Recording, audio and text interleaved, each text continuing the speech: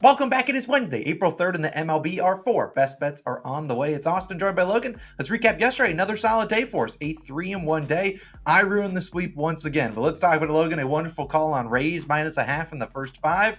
They ended up scoring four in the bottom of the fifth, but it was a sweaty one for a long way in there, but they got the job done. Angels, Marlins, Nerfy. We got to sweat that out live on stream.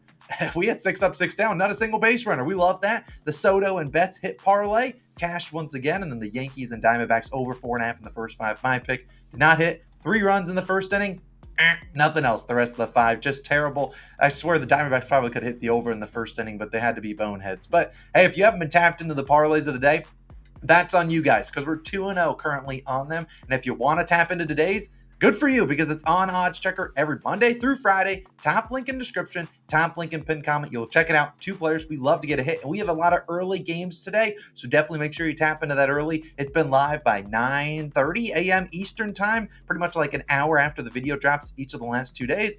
Can't imagine it's live much later than that. Plenty of time to get it locked in before the first pitch goes off in a lot of these games. Like I said, it's at Odds Checker. It's not in the video, hence why you see a couple question marks on the screen. Top link in pinned comment, top link in the description. Also be pinned at the end of the video once it is live. Give us a little bit of time to go write it up and send it to the editors over there to publish. We're 2-0 on them. We're trying to go to 3-0. But Logan, you've been dialed in on the game picks. You got another one. I believe you're in an early start. So let's rock and roll. What you got? Yeah, let's continue to stay hot on these picks. And I'm going to the exact game that I picked yesterday. Going to the Rangers-Rays game, but this time I'm taking the over 8 runs, -110 odds on FanDuel, your best value there. Now, I do like the over 8, and there is push potential there. If this does go up to 8.5, yeah, I like that as well. But if they land on 8, if they happen to land on 8 on the dot, we would push, whereas the 8.5 would lose. So just something to think about there if you do want to take a chance. If this does go down to 7.5, oops, got bad CLV there. But the way I think about an over 8 total runs in baseball is, can you get 4 runs from each team? Obviously, 4 runs from each team would cash the over because they can't tie 4-4. So the question is, can you get 4 runs? Is there a path to get there? Can each of these teams get, like, let's just say hypothetically 2 runs in the first 5 and 2 runs in the bullpen? Yeah, when you break it down like that, it's certainly doable for these 2 teams. I see plenty of run opportunities for these teams. Now, on paper, you're going to look at these 2 pitchers, you're going to be like, is this really the matchup we want to take an over in? Aaron Savale starting for the Rays, 1.5 ERA on the season. His first start, 6 innings, pitched 1 earned run versus the Blue Jays. I mean, clap it up. The Blue Jays are looking like a pretty anemic offense so far this year. I just don't see a whole lot of tons of life from there. I mentioned I don't like their lineup. The Rangers offense can challenge Savale in ways that the Blue Jays straight up couldn't. Yesterday, you look at this Rangers team, 3 for 9 with runners in scoring position against Eflin, but I anticipated the bounce back outing for Eflin yesterday. I mentioned it was one of those things that Eflin's a really good pitcher at just getting out of jams and getting ground ball, soft contact outs. Yesterday, he was doing a great job of kind of getting in on the hands of the Rangers hitters and getting them to pop up. But they had plenty of traffic on the bases. I didn't just get a no sweat bet in the first 5 innings. The Rangers did have to strand some base runners. The Rangers this season hitting 276 versus righties on the year. I think they're actually in a pretty good spot to hit around Aaron Savale. Against Savale, the Rangers lineup hitting 250, which is just about average. I mean, they can definitely do some damage there. I think there are plenty of extra base hits on this team. I think guys like Corey Seager and Marcus Semien will step up today. I actually do like Corey Seager a lot today, hint, hint.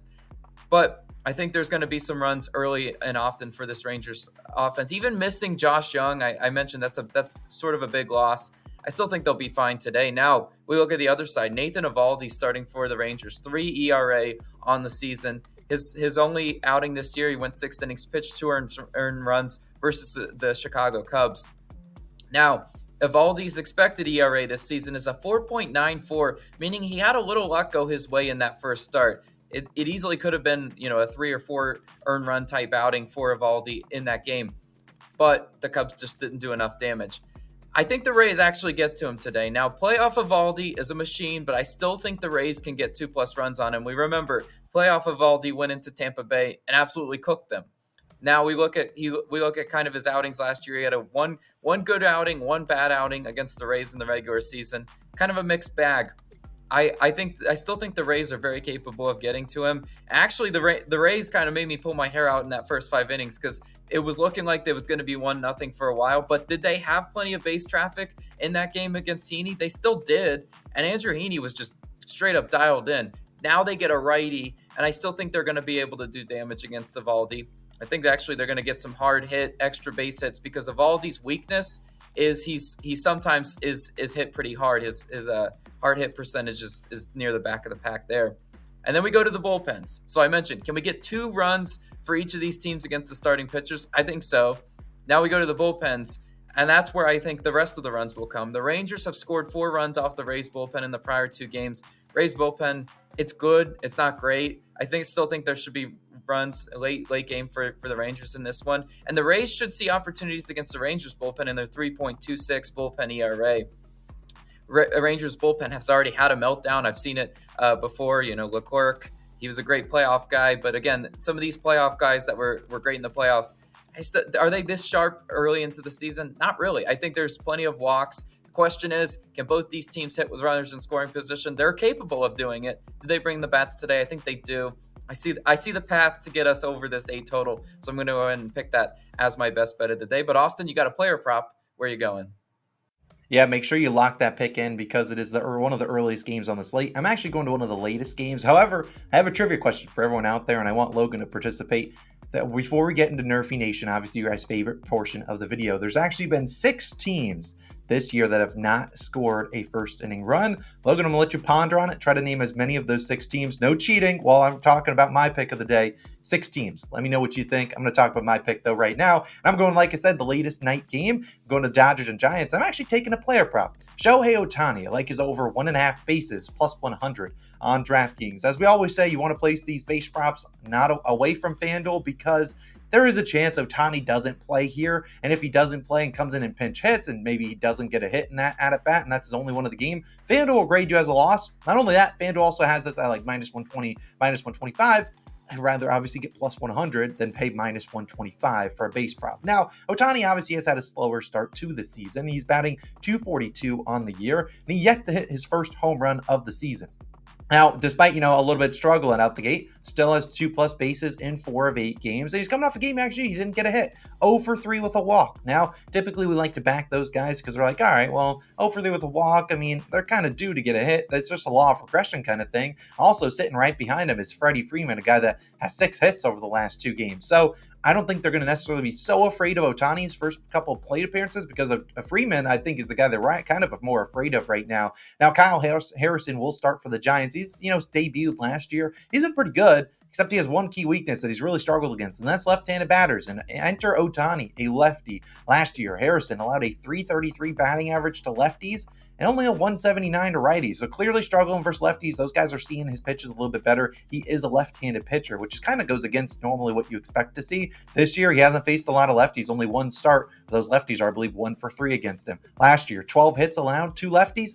5 of them extra base hits. Obviously, with Ohtani, it could take 2 hits. It could just take 1 homer, which he has yet to hit a homer yet, but maybe he comes here today. Now, if you look at Ohtani's numbers, last year, obviously not as great against lefties as he was against righties. This year, the same kind of thing. But he's really been struggling just looking at numbers against lefties, but I think he's due some positive regression. I mean, and we saw in his first start of the year for Kyle Harrison, he threw 73% fastball, 16% changeup, and 12% slurve. Last year versus left-handed pitchers, despite, the batting averages that I suspect showed that Ohtani wasn't great against lefties, he had a .310 expected batting average versus left-handed four-seamers, .301 versus the changeup. So this year, similar kind of approach. He actually has not swung at a left-hand or put a ball in play that was a lefty fastball. He only has seen like 3 lefty fastballs. So if Harrison wants to go away from what he normally does, which is a lot of fastballs, trying to power the zone with the fastball, well, then you're going to be throwing the same pitch to Ohtani left and right, a changeup. I think Ohtani will eventually dial one up and send it into the bleachers or send it down the line. We know how fast Ohtani is too.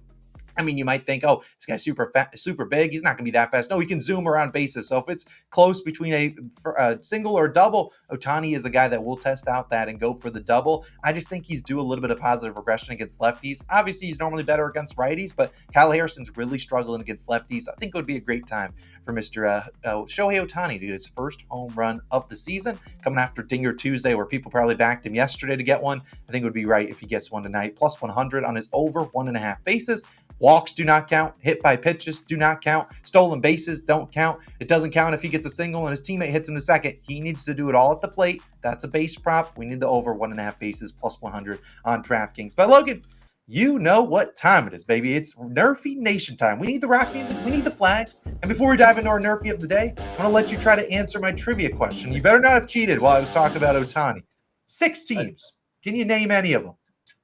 Well, there are some guesses that I definitely have. Well, I know there's a couple poverty offenses on there that have not scored. The Mets are on there for sure.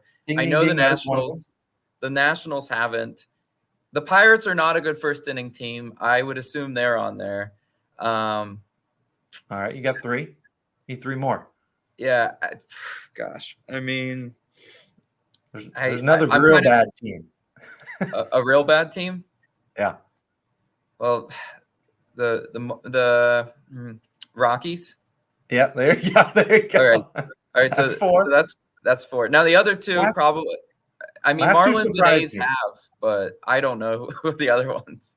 The last 2 actually surprised me when I was looking at it. The Reds, I figured they would have at least scored 1 in the first, but no, according to this, they have not. And the New York Yankees are the other one. Very interesting that they haven't scored in the first, despite being so hot all season long. But that's not what you guys are here for. You're here for Nerfy Nation time. We aren't backing on any of those teams to actually get their first run. Those teams are due, as we say. But let's dive on the one we like. And Logan won't be on stream today, but I believe I will, because we're going to Red Sox and Athletics. No run first inning. Technically, this is about I think it's a 3:30 p.m. Eastern start, which isn't, the worst thing in the world. And we'll talk about, I'll have Logan touch on that in a little bit, but let's just talk about the starting pitchers. This Red Sox Athletics, no run first inning, under 0.5 runs in the first 5, minus 105 on Bet365. I'll take it. Now, Ross Stripling will lead it off for the A's. And honestly, if there are going to be some runs here, I expect it to probably be given up by Ross Stripling if one guy is to give it up. But Stripling last year, 9-3 on Nerfies. This year, 0-for-1. So maybe he's due. In his first start of the year, he gave up 3 earned runs to the Guardians in the first inning. I believe it was a Jose Ramirez home run, and then I forget how they scored the other one. But to me, I kind of like backing a guy that just came out and had a bad start. And we were talking with Ross Stripling. He's not the best pitcher in the world, no, but we've seen Tyler Anderson, who I don't qualify as a great pitcher. He got 3 outs pretty easily yesterday. Any pitcher can go out there and get you 3 outs. And I think coming off a start where he really struggled at the gate, I expect him to be a little bit more dialed in to start. I mean, you obviously don't want to start a game giving up 3 earned runs, putting your team in a hole. So look, I like Ross Stripling. I think he's a decent pitcher. I think he can get us 3 outs against the Red Sox. And who's going to take us home, hopefully, in the bottom half of the inning from the Red Sox, Logan? Nick Pivetta is going to start for the Red Sox. 13-3 on Nerfies last year, 7-1 on the road. He was a really good road pitcher for Nerfies. This year, 1-0 on Nerfies. Nick Pivetta's experienced kind of a resurgence in his career. I've been really impressed with what I've been seeing. Hopefully he can get us those 3 outs. The Nerfy is 2-0 in this series. Could it be, quote, due? I definitely think so, because you look at these series, normally it doesn't go Nerfy. If it does, well, we were wrong in that one. But yesterday, they just played an 11-inning game, ending at 12:45 a.m. Eastern time, 9:45 local time. Today, they get a very quick turnaround, 3:30 p.m. Eastern time, which is 12:30 local time there. I just think if you're looking at it, this is the classic scenario of potentially sleepy bats. Both teams have a day off tomorrow. Feels like a spot where the bats just don't come to the ballpark. It's happened time and time again, especially with these quick turnaround games. I really do hope Ross Stripling can get us those 3 outs we need, because that's kind of where it hinges. If Nick Pivetta gives up a first inning run to the Oakland Athletics, I'll kind of live with it. Just won't see that one coming. But Ross Stripling, 3 outs. Nick Pivetta, 3 outs. Nerfy Nation, let's cash. And that is how we wave the flags. It will be a 3:30 start, so I should be live for a Nerfy Nation stream. Logan will be there in spirit, and hopefully we can cash another Nerfy. And hopefully you guys can tune into the live stream, because there are a lot of fun. A lot more fun when you're winning, though. I can quote that, and I think Logan can attest to that. True. But like I said, our 4th pick of the day, or technically I said in the video, the first one will be our odds checker parlay of the day. Another 2 hitters to get a hit definitely tap into that early. Like I said, one of the hitters I believe goes off at 110. Logan give you a hint at who one of them will be. So make sure you tap into it when it is live. I'll link the parlay article right above Logan's face. You just click it. I'll also tweet it out. Also put it in the pinned comment and the description. Go check it out. We're trying to move to 3-0 on hit parlays. But what was our favorite picks of the day? I'll see you guys back again tomorrow, and I'll see you guys later today on the Nerfy live stream at 3:30 p.m. Eastern time. See you then. Peace.